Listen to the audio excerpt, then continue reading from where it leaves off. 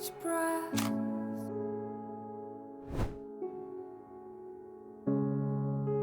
Cut through my skin. He could not be an effective king without the support of the woman he loved. And blow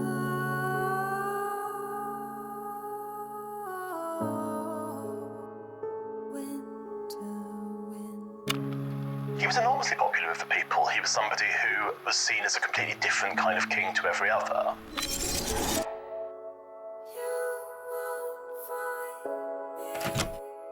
He was definitely a dandy, Edward. It was extraordinary given who his parents were.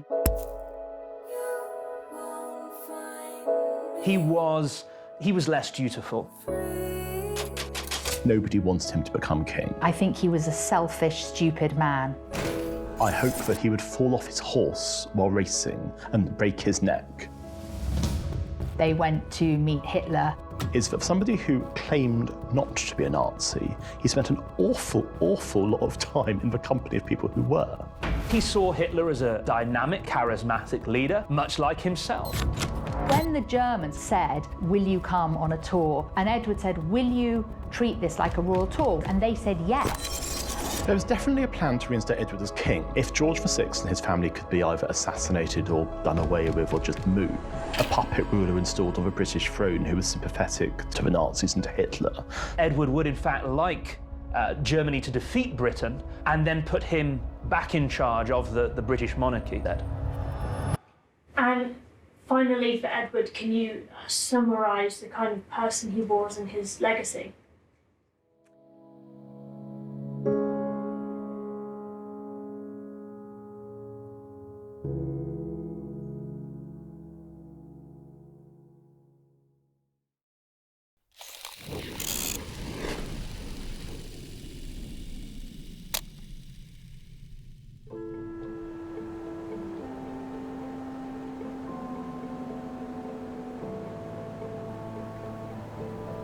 I think everyday life in 20th century Britain was completely different from life we experience today. I think there was a much stronger moral code, a far greater respect and reverence for the monarchy, and a sense that people led a much more ordinary, disciplined life in a way. There was greater sense of poverty, a greater sense of reverence for authority, and a greater respect for the church. So at the start of the 20th century, it remains a largely industrial society. Most people work in towns and cities. There's a large working class. They increasingly frustrated because they want greater political power.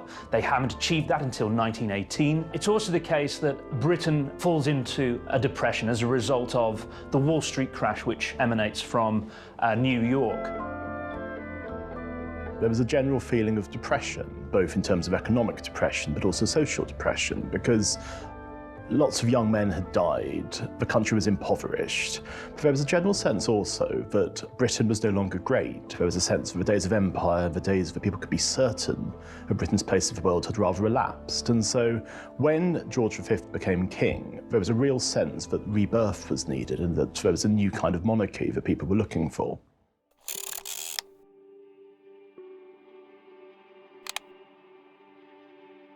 George V was a king who had to deal with a series of crises that coloured his reign, ranging from the First World War to the rise of communism and fascism, the Great Depression, and latterly the fragmentation of the empire. He was a king who had to move with the times. He did so by presenting himself as a figure of duty, who took his responsibilities as king very seriously, who put the nation ahead of his own desires.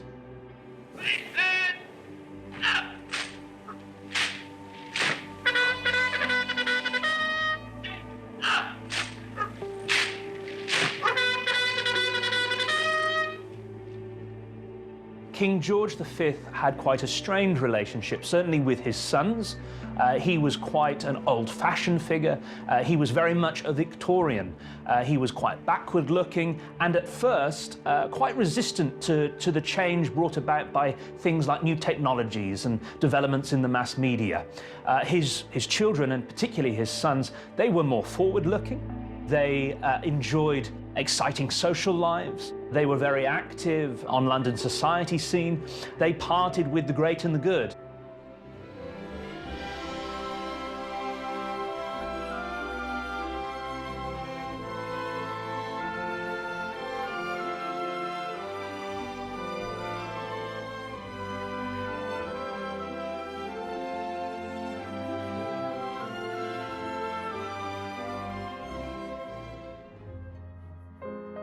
So of his 4 sons, the 2 eldest, later Edward VIII and George VI, had a very difficult relationship with him because he was this cold figure and his wife Mary was cold as well.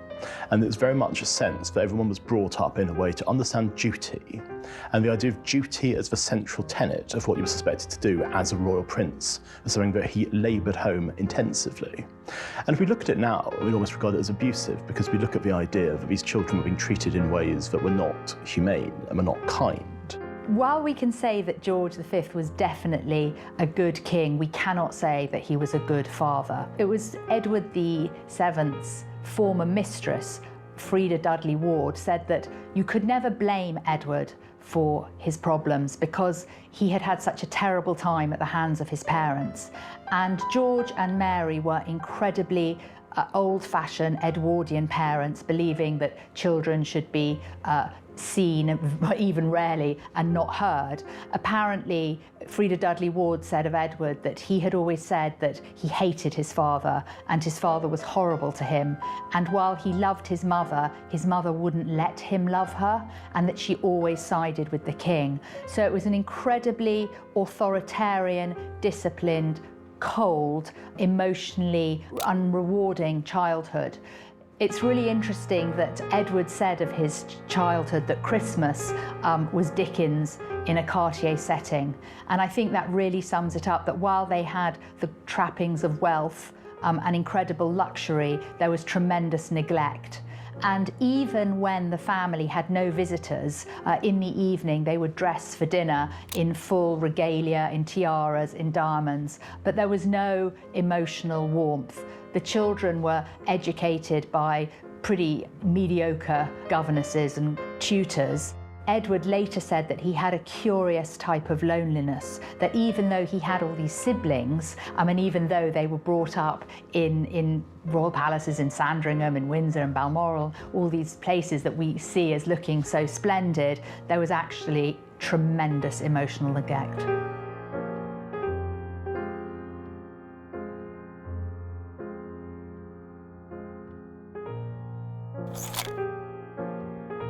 Edward VIII is quite a difficult man to really pin down. At the end of writing my book about the Windsors, I was still conflicted about him because in many ways he was very spoilt, he was very indulged, he was the opposite of his father who had duty inbred in every pore, whereas with Edward, duty was drilled into him, which he really resented. So he wanted to be more spontaneous, he definitely was more modern, he went against the grain of his upbringing, the establishment, his background. He was a product of his upbringing. He was both spoilt and neglected. He was both, in a way, modern, but also he still used his rank when he could. Ultimately, I think he was a selfish, stupid man. Prince Edward, who later became Edward VIII, was quite possibly the most unsuitable man who ever became king. Everything about his character was entirely unsuited to the role of a monarchy. But this could be seen even as a young man, because from his university days at Magdalen College, Oxford onwards, he was somebody who escaped from this rather chafing boundary that he found himself under, because his parents had essentially told him all of his young life, you are going to be this dutiful prince, you are going to be king, you are going to do this, you're going to do that. By the time that Edward was of age, he had a simple answer to this: no, I'm not. And I suppose it was this tension between his upbringing and the values that had been instilled in him by governesses, by his parents, by courtiers, by all those around him, and his own inclinations that later spelt disaster both for him and nearly for the country.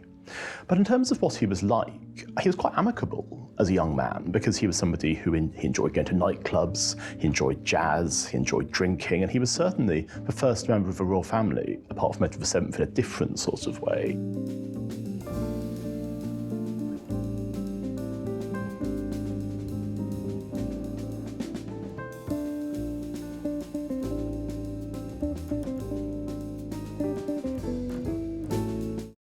There was one time when he came to breakfast with George V and he was wearing the new style of trousers with turn-ups, and his father bellowed, "Is it raining in here?" You know, absolutely disgusted by this more modern style of dress. So he definitely was a rule breaker. He wanted to push against the boundaries of convention. He followed his heart over his head. He was the antithesis of the emotionally contained, royal, dutiful king or heir apparent. Members of the royal family had not traditionally been interested in clothes and fashion before Prince Edward. It had been seen as something that essentially you were taken to a rather dry or stuffy tailor or a rather dry and stuffy dressmaker and attired in the most formal and unflattering of garments. But Prince Edward was cut from a rather different kind of cloth. He was somebody who saw himself as a trendsetter, and he wanted to go to the very finest tailors, the very finest couturiers, and he would go off to Paris and he'd choose fabric and things like that, and he was genuinely interested. Not just in how he looked and how he dressed, but in how he was presenting himself. And I mean, if you look at photographs of him as a young man, he knows what to do with a camera. I mean, he's got this star quality, which you simply cannot fake. And that, I think, is why he was somebody who was so beloved by so many people, because he was good looking and he was glamorous. He was definitely a dandy, Edward. I mean, it was extraordinary given who his parents were and their rigidly conformist, rather dull style of dress, that suddenly here was this character who championed the Prince of Wales check, who wore knickerbockers, who wore flamboyant clothes, and also he wore his signet ring the European way, the continental way, which the British gentlemen always wear their signet ring with the crest facing in because it's to use on seals. But Edward insisted on wearing his signet ring the continental way with the crest facing outwards, and that was considered very arriviste of an English gentleman of that time. He was excited by change and innovation. As a man, he engaged in lots of outdoor pursuits, things like flying, golf, skiing, swimming. He was a real sort of showman in that respect.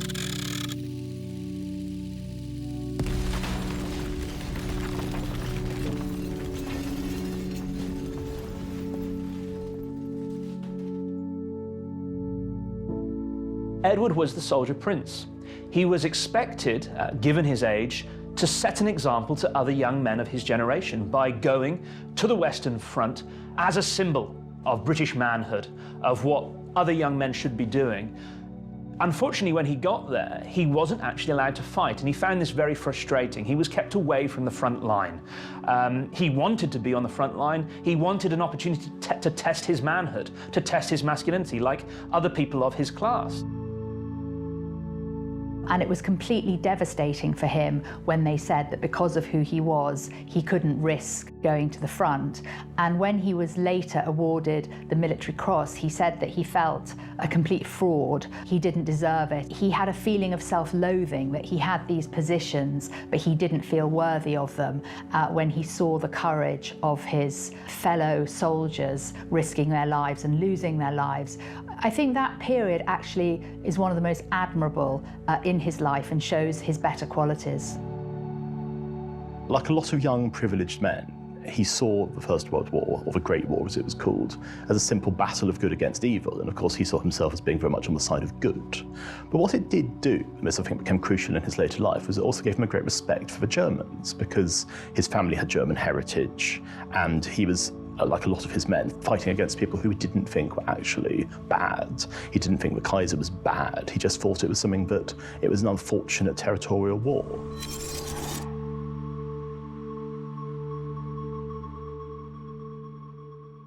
Edward's sort of main romance, he had lots of relationships and they all tended to be with married women, which of course drove his family mad and raised concerned eyebrows at court. His main relationship before Wallace Simpson was with a woman called Frida Dudley Ward, who was half American, half British, married with 2 teenage daughters. There was one period where he wrote her over 2,000 letters. And he had this obsessional need in relationships for the woman to be a sort of mother figure to him. You enjoy your dancing with the prince? Of course, I think anybody would enjoy it. It was awfully lucky.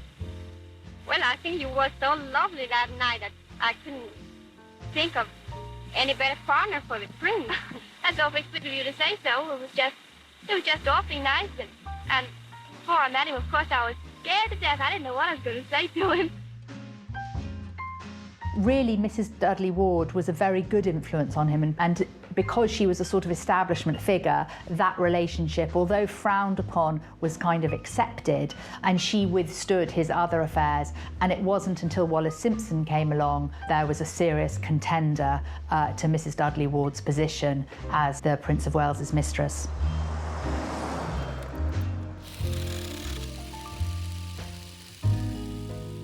You could debate this one because Edward and Wallis first met. There's several different accounts of how they first met. Some people say they first met at a meeting at Bryanston Court. Some people say that they first met at another social occasion altogether. What is quite clear is that their first encounter, which would have been in either the late 20s or the early 1930s, was not wildly auspicious. It wasn't as if the two of them met across a crowded room and immediately fell in love. I think the sense that you get is that Edward is sort of in awe of a woman who refuses to placate him and kowtow to him in the way, the sort of rather nauseatingly,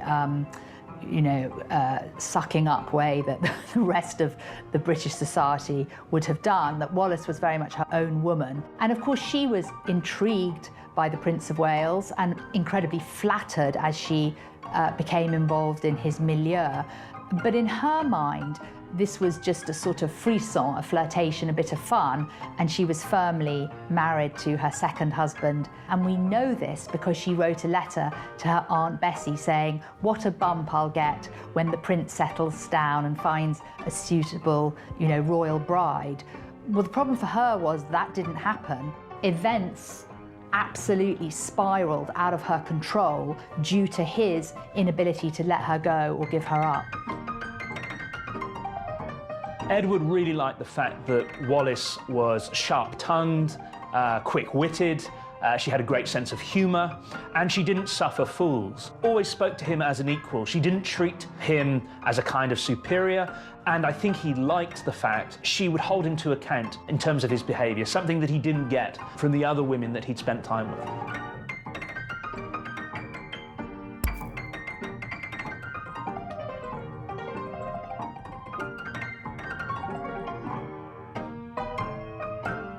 Wallace Simpson came from a very well-bred American family. I quite loved it that later in life Diana Mosley said, she was so much better bred than Grace Kelly, another famous American export. She was very well educated. She went to a very good all-girls school, Oldfields in Baltimore. And she was very well read. She's very, very bright, Wallis. Her father died when she was a baby and her mother was a single mother, and her childhood was difficult. She absolutely adored her mother, but they were very much at the mercy of her mother's brother, Uncle Sol, who was a very dictatorial, difficult, demanding man. And the reason I think that Wallis married incredibly young was because she felt that she would have a form of financial security, and that would be a relief for her mother. I came to love Wallis Simpson. I honestly feel that I wish she had been my best friend. She was incredibly loyal. I have read her letters to her girlfriends. Premier thing that shines through is her loyalty. She's written off as this adventurous, a man's woman. She wasn't at all. She was a woman's woman. She adored her girlfriends and they adored her. At the most extreme moments in her life, she writes letters to her girlfriend saying, "I wish we could just sit together, I miss you, I send you love." They supported her in the most incredible way. I think Wallis, to some extent, found a soulmate. He was a bon vivant. He lived well, he lived fast, he enjoyed the high life. He loved new technologies, he travelled widely, he partied hard. These are things that appealed to Wallis. It was also the case that he could offer her a kind of lifestyle that she wasn't necessarily getting from her husband at the time. So in that respect, he represented a kind of security as well. It was also the case that Edward had a great sense of humour. He was well known for being able to tell good jokes around the dinner table, and I think she admired that in him as well. Perhaps also there was something of a lost soul. Edward has been widely portrayed by biographers and historians as someone lacking a sense of direction, and I think to some extent she felt that she could offer him that sense of direction.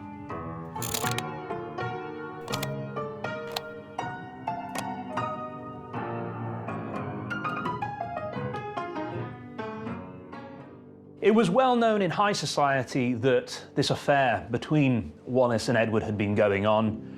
Over the course of 1936, the British government also increasingly came to learn about the relationship. However, it was hidden from the British public, and this is because the great press barons, Lord Beaverbrook and Lord Rothermere, had conspired together to basically say to other Fleet Street editors of newspapers that they mustn't publish the story about Wallis and Edward, that this must be kept a closely guarded secret. This was because there was real concern about what the public response would be. And ultimately, they were very successful, Beaverbrook and Rothermere, in keeping this a closely guarded secret right through until the end of 1936. What surprised people was, first of all, that she was American, which was seen as vulgar. Secondly, that she didn't come from a grand family, but was the daughter of a Baltimore boarding house proprietor.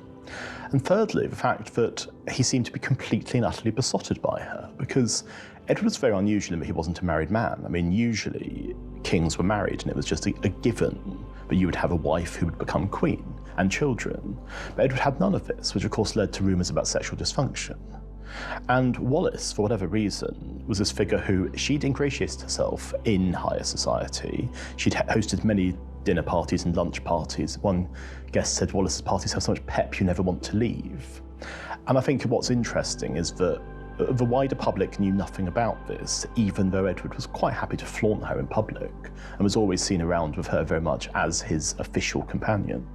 One of the cruelest aspects of history in this respect is that everybody in the Prince of Wales and Mrs. Simpson's circle who met Mrs. Simpson really liked her and really admired her and could see what a good influence she was on the king. However, it was the unholy trinity, as I call them, of palace, parliament and church who did not want Edward on the throne, and in my opinion, Mrs. Simpson became the suitable scapegoat for that. So within their society circle, there was a sense of acceptance that this was the woman that the Prince of Wales had chosen, and they could see a beneficial influence.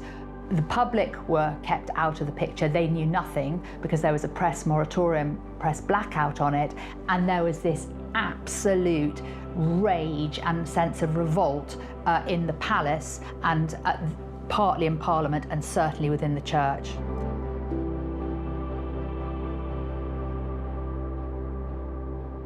Well, when his father died, he greeted his father's death with absolute hysteria, and he was throwing things around and shouting and unable to respond to it. And I think a lot of people thought this was a very bad omen of what was to come, and they were proved right. Because Edward VIII is, in my opinion, the worst king who ever sat on the throne. He was somebody of quite a staggering self-absorption, mixed with a little light treachery. And I think that what he tried to do to the monarchy, if he had stayed on the throne any longer, would have systematically ruined it as an institution. As a king, Edward took his role quite seriously, certainly when it came to being out and about in amongst his subjects. When he'd been Prince of Wales, Edward was very active, going out into villages, towns, cities, meeting, greeting ordinary working class people. There was a great deal of affection for him among the British public because he had this special intimate relationship with them. This continued when he was king. However, in terms of the business of government, he was less dutiful. He wasn't as exacting as his father. He wasn't as committed to going through government papers, to signing those off. Often courtiers would come home and find government documents covered in sort of stains from wine glasses and that sort of thing. He didn't take that work as seriously as he should have done. Stanley Baldwin, the Prime Minister, was standing at a point-to-point with the courtier Tommy Lascelles, and Edward was doing one of his point-to-point rides, and Tommy Lascelles turned to Stanley Baldwin and said, "You know, sir, I often think that when we're waiting for the result of the point-to-point to come in, the best thing that could happen would be to hear that the Prince of Wales had fallen and broken his neck, and Baldwin replied, "God forgive me, so do I." Even before Edward became king, there was a general sense that he was a security risk, and the main reason why he was seen as a security risk were that his links with the Nazi Party and his friendship with von Ribbentrop, who would later become British ambassador, were seen as enormous potential threats to national security. At a time of great international unrest, the last thing that Britain needed was a king whose personal and indeed political motives were seen as suspect. And so Edward was being watched even before he became king. When he did become king, at the beginning of 1936, this intensified quite significantly. Unfortunately, MI5 had some involvement, and we don't know to this day precisely how much, in a botched attempt to assassinate him in the middle of the year, which I think was something that rather put the cat among the pigeons in terms of how MI5 were actually regarding what Edward was trying to do. But the story is a fascinating one. It's about this man called George McMahon, who was an MI5 informant, who essentially conducted a botched assassination attempt on Edward in Hyde Park in July 1936. It was covered up for years. I mean, all the information about it just sat in a vault somewhere. And then when I actually discovered what had gone on, it's an astonishing story, because you see the level to which Edward was loathed and mistrusted by the security services and by those who were in the higher echelons of government.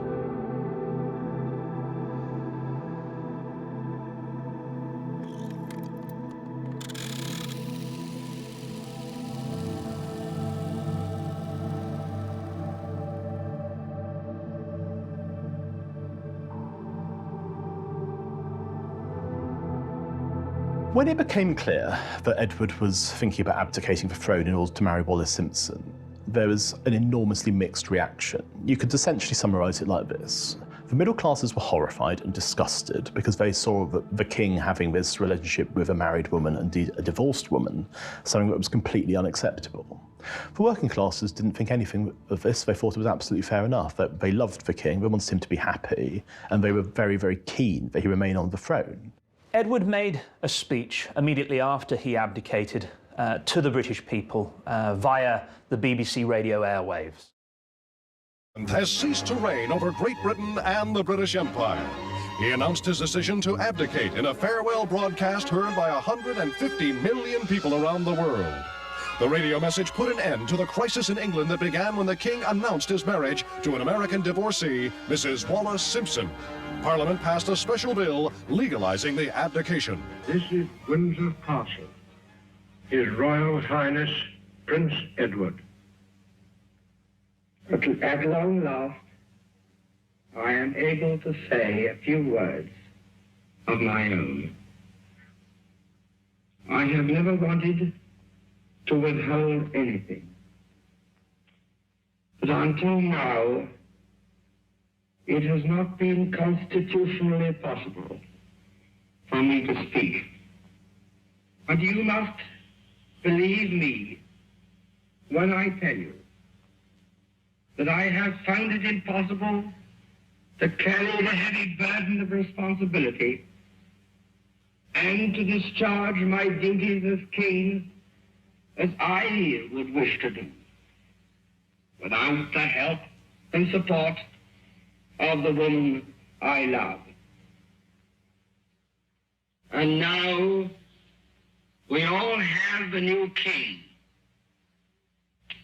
I wish him and you, his people, happiness and prosperity with all my heart. God bless you all. God save the king. Edward always knew that abdication was a possibility. If we go and look at the diaries of his friends and associates earlier on in 1936, when they're talking about the affair before it's become public news, we know that Edward was already considering this idea that he might have to abdicate in order to marry the woman he loved. However, this was not plan A. He would have preferred to stay as king. This was a role he cared about deeply, that he wanted to play, and he wanted to marry the woman he loved. Ultimately, he was pushed towards option B, which was ultimately giving up the throne in order to marry Wallis. In one sense, it wasn't a difficult decision at all, because the thing that he was most clear about was that he could not be an effective king without the support of the woman he loved, and that this relationship meant more to him than anything. However, for a man like that who'd been brought up in that household, obviously to abdicate was the most seismic, devastating event. And I think he genuinely felt terrible at letting the people who loved him down. I don't think it was a question of he felt guilt at betraying the palace or Parliament, because I think he felt they had betrayed him, actually. Wallis did not want Edward to abdicate for the very simple reason that Wallis was terrified of what was going to happen to her. She enjoyed being the mistress of the Prince of Wales. She enjoyed the financial advantages it gave her, the social advantages it gave her, the gifts that were lavished upon her, the fact that she could live in the life and the style that she'd always been accustomed to. But as Edward's reign went on, she began to get more and more frightened, because she was the subject of personal abuse. The house she was living in Regent's Park had its windows smashed. There was the constant worry that she was going to be attacked or worse. And she began to feel, by the time of the abdication crisis, that she did not want to be embroiled in this. So she actually fled to France when it was at its peak, and she tried very, very hard to give Edward up. But Edward would not give her up, and in fact, we've seen some of the letters and the telegrams they exchanged, and it's utterly terrifying because he was so obsessed by her. But at one point he said, of course you can go anywhere you want. You can go to China, you can go to Newfoundland, but wherever you will go, I will follow you.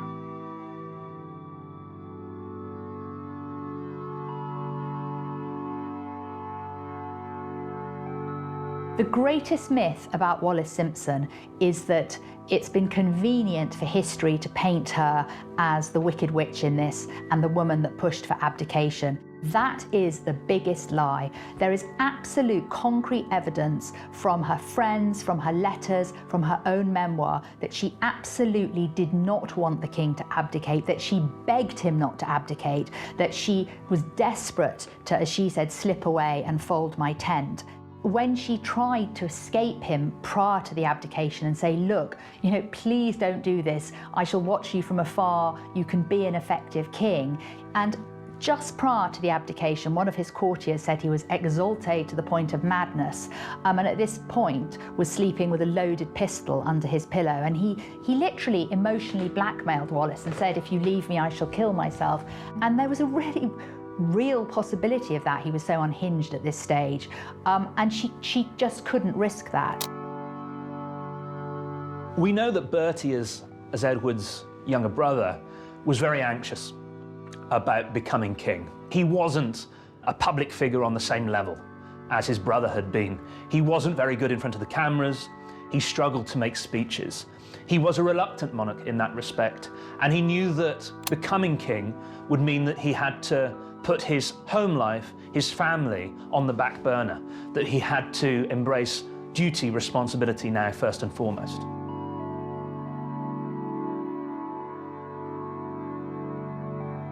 In the one sense, because he was so heart-led, it wasn't a difficult decision because his heart led the way.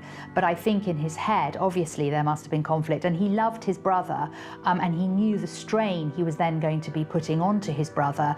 But as he said, Bertie was a better mould of king. He was going to be more dutiful.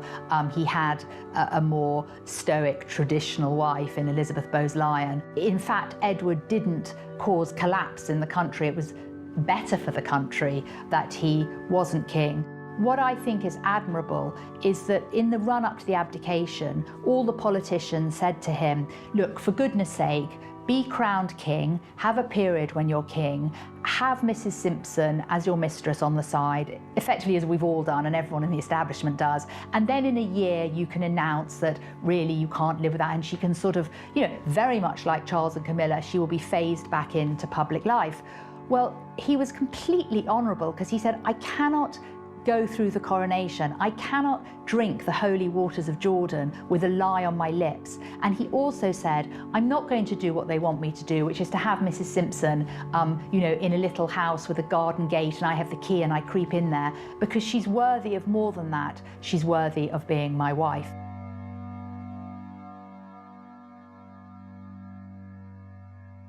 It was decided that Edward could not remain in Britain any longer. because it was felt that having an ex-king in his own country created a situation that was both rife with constitutional issues, but it was also difficult from a perspective of how he would be regarded, because there was always a fear of Edward having a kind of rival court, because there was such public sympathy towards him. After the abdication, Edward left Britain for Europe. He travelled to Austria. He had to wait 6 months to be reunited with Wallis, and that was because Wallis's divorce had to be finalised. Wallis was in France, and Edward went to stay in a schloss in Austria. It's kind of unfathomable now to think about it, but when he left England on this, this naval destroyer from Portsmouth, he hadn't really factored where he was going to go or how his life was going to be without the panoply of a royal staff and his entourage. So it's a kind of haunting image of him on the naval destroyer with his dog Slipper. This is the period when the letters between them are the most heartbreaking and revelatory, really. Wallis has had to accept the abdication has happened and everything that means for her. Edward is trying to reassure her that all will be well. Eventually, in May 1937, Edward and Wallis are finally reunited in France. The British press go wild. They've followed this story. They've waited for this moment of reunion, and really it was seen as a moment where that story, the scandal of the abdication, had finally come to a happy end. When Edward and Wallis were finally reunited at the Chateau Condé in France, it's really very moving. I mean, he just rushed up the steps to be with her, and they were so tender at that stage because it really was them against the world. I mean, we have to remember that at the time of the abdication, Wallis was getting death threats in the terms of letters on her breakfast tray. And she actually said, every morning when I receive these letters, I know that the world has turned against me, that the world hates me. She had become the most hated woman in the world.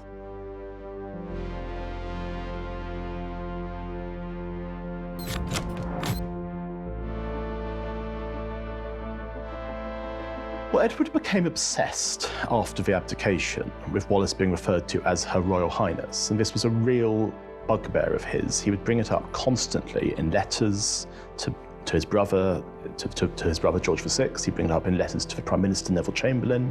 He'd bring it up at every conceivable opportunity.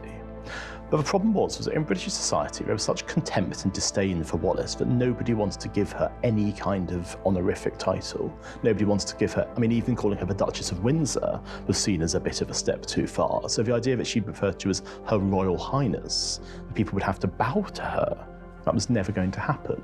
And Edward was absolutely incensed by this because he saw correctly that it was a snub both to his wife and to him, and that nobody else would have been given this treatment. And you can see that his relationship with George VI, immediately after the abdication crisis, was reasonably civil. But before he got married, the relationship had more or less broken down between the brothers, and the letters that they exchanged, open animosity on Edward's part, open anger, and increasingly on George's part, you can see this resignation mixed with a sense of, why don't you do what you're told? Edward was spending a lot of time in Austria and in France, where he was coming into the company of people like Charles Bedaux. And Charles Bedaux was this multi-millionaire industrialist who had this chateau which he lent to Edward to get married to. Charles Bedaux was also a Nazi. And the problem was, and this became a running theme of Edward's life, both before his reign, during his reign, and after his reign, is that somebody who claimed not to be a Nazi, he spent an awful lot of time in the company of people who were. And I think from what we can see about Edward's Nazi sympathies, more so than Wallis's actually, I think Wallis was somebody who was largely apolitical, is that he was somebody who, even if he didn't actually believe in the tenets of Nazism, he wasn't actually a card-carrying supporter of Hitler, he supported an awful lot of what Hitler was doing. He thought Hitler was a strong, vigorous reformer. The fact that he actually met him in 1937 was a catastrophically ill-advised idea.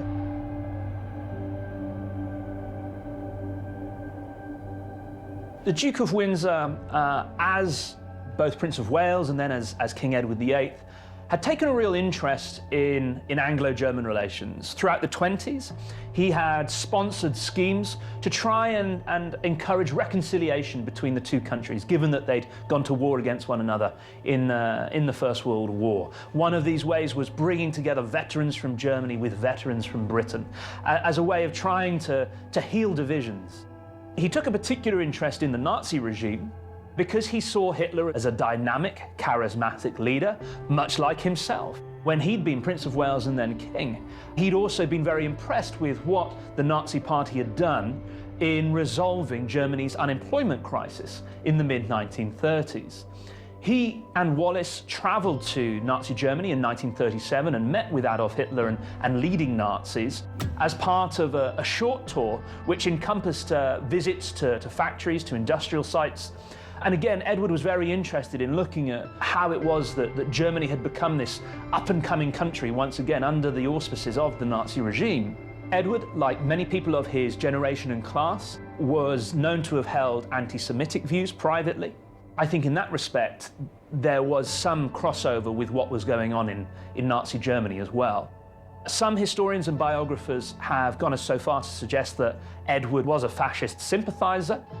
Notably, his official biographer never went as far as to suggest that, but it was certainly the case that Edward was very interested in what the Nazis had achieved in Germany and where they were taking the nation.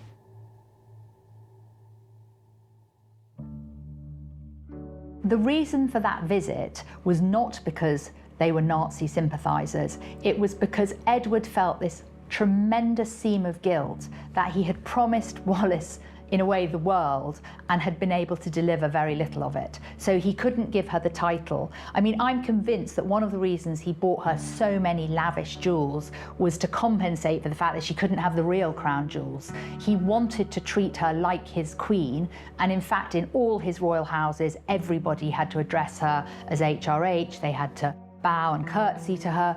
So when the Germans, cleverly, seeing how weak he was, said, "Will you come on a tour?" And Edward said, "Will you treat this like a royal tour? Will you give my wife the pomp and pageantry she deserves?" And they said yes. So of course he went thinking at last he could show Wallace what it would be like to be a royal queen, a consort on a royal tour. Completely, I think, naively and unaware to the optics, but I do not think that this meant he was a Nazi sympathiser. The other historians I've spoken to don't think that either. I think he was too politically and intellectually stupid to adhere to any ideological or political creed. I genuinely do. And when you read Wallace's diary entries and letters at this time, you know, she's talking about the red geraniums on the window boxes. She was not political, and she wasn't influencing him in any way. It was a massive PR disaster, but in my opinion, that stemmed from naivety and the deeper wound that he carried for the rest of his life, which is all he wanted was recognition for his wife and the status that she deserved. Edward turned up in Britain again in late 1939, just after the war had started, and royal courtiers, George VI and the British government, are quite anxious that he be given some kind of official role outside of Britain so that he's not overshadowing George VI. He's sent to France, and there his role is to join with British military operatives inspecting France's military preparations for war. So he goes out to the Maginot Line and he's looking at French defences and checking whether the French are prepared for the oncoming German attack. Now, more recently, one of his biographers has actually suggested that Edward was gathering intelligence on the French military preparations, and that because he was quite indiscreet and he'd often meet with representatives from other nations, he let it be known that the French were ill-prepared, and that information got back to Nazi Germany, and that they planned their attack on France accordingly.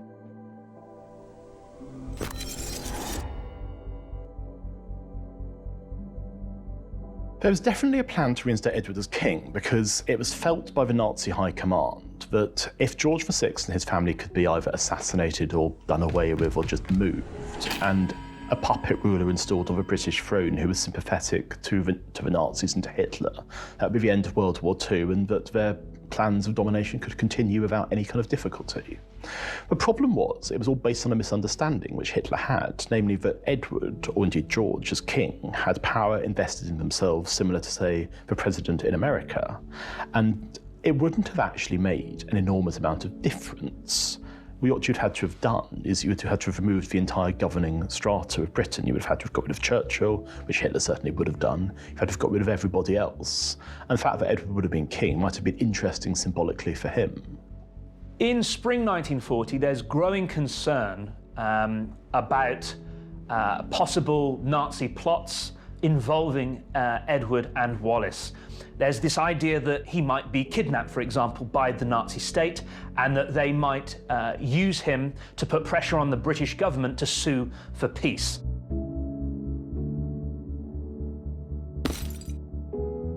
After May 1940 and the defeat of France, Edward and Wallis flee for, first of all, Spain and then Portugal. Whilst they're there, again, a sort of conspiracy seems to encircle them about whether Edward would in fact like Germany to defeat Britain by bombing it into submission and then put him back in charge of the British monarchy. So there are all these plot conspiracies, rumours involving Edward possibly returning to Britain as a kind of puppet monarch. It's decided by George VI, his private secretary, and Winston Churchill, now British Prime Minister, that Edward needs to be sent away, that he needs to be out of the public eye, and they decide that he would be best placed as governor of the Bahamas across the Atlantic Sea, where he can do no harm. Edward felt very slighted to have been given this role of governor of the Bahamas. I mean, you can absolutely understand that you have been King of England, King Emperor, you know, you've ruled over this empire of 500 million people, and you're now going to this tiny island in the Bahamas to be the governor. He felt insulted because after the abdication, he always wanted to have a suitable role, a job within England, and he really did fight for that, but you know, that was not going to be granted by the Queen Mother and Tommy Lascelles. What's really interesting, I think, about his time in the Bahamas is, of course, you know, the press said Wallis was too extravagant at doing up Governor's House and spending all this money, but I spoke to people whose parents knew the Windsors in the Bahamas, and they were incredibly liked. They did a lot for local people, for charities. They really threw themselves into the role. And I think it's really telling that when Edward came back to Britain for his mother's funeral, that the crowds, 5,000 people turned up, and they all called out to him and said, you know, sir, and doffed their caps. A man called Count Rudi von Schönberg, who ran something called the Marbella Club, and he said, you know, in the 60s, 30 years after the abdication, when the Windsors went to stay at the Marbella Club, they would have a discreet table in the corner of the restaurant. And when they got up to leave the table in the evening, every single British person, every man and woman stood and bowed to them. Now that was 30 years after the abdication. So that shows the respect of the, not really the respect, the love of the people for this man. Would you like to have gone on and had another job after that, sir? Yes, I offered my services if they were required. He never got me. Would you like the Duke to have had a job? Oh, yes, very much, very much. In those days, that's 25 years ago. I think he could have done something. Why didn't you get a job, do you think? Have to ask. Most of the people, I think, I'm afraid, are underground now, who prevented me. It's hard to say. Do you have any regrets when you look back on your life? Oh, about certain things, yes. I wish it could have been different. But I mean, I'm extremely happy, and naturally, we've had some hard times, but who hasn't? So you'll just have to learn to live with that.